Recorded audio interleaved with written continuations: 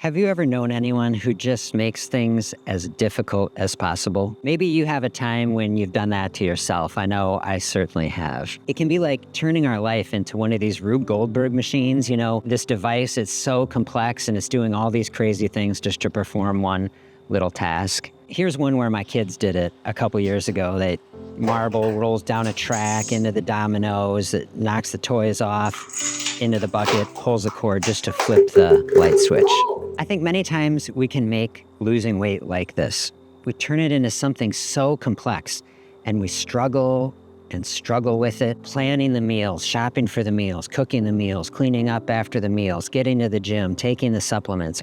Our list of things to do can come to feel overwhelming. All the while we can just flip the switch.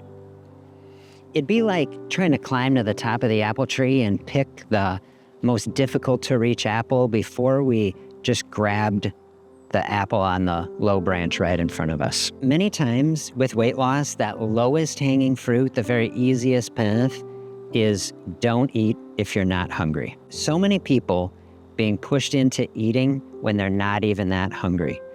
In our society, we guilt trip people into eating breakfast. We tell people you got to keep the energy coming in, otherwise your metabolism will slow down and you'll gain weight. Then we turn around and we guilt trip people into portion controlling when they actually are hungry. And so psychologically, now people are getting it from both sides. And it can be extremely frustrating space to be in. This advice that you have to keep eating in order to lose weight, I think it's one of the most harmful pieces of advice that's given in medicine. And it's given all the time. Fasting is a path that can help us solve this problem. Fasting is a core function of the human body. The body was built to fast. We store energy in the system to power the body when food isn't there. It's perfectly healthy if you're trying to lose weight to open up that space and let the body use that stored energy. So if you can find any space where you feel good doing that, take the win and lean into that space. The reality is that you don't even have to eat if you are hungry. All right, but that's kind of a little higher up the tree. Start at the easiest place. If you can find a space where you're not that hungry, welcome it, embrace it as a gift, be thankful for it.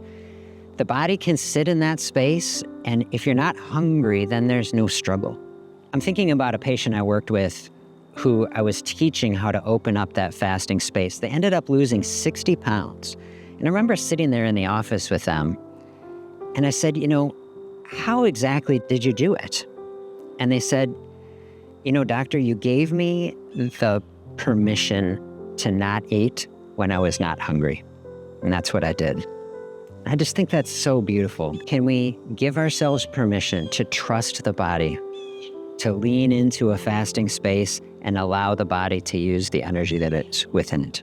If you resonate with this kind of idea, I invite you to hang out here on the channel. I've got a lot of content that is specifically about how do you open up a fasting space like this in the easiest possible way. Very thoughtfully, very gently, so that it can be sustainable in the long term. I look forward to seeing you back here soon.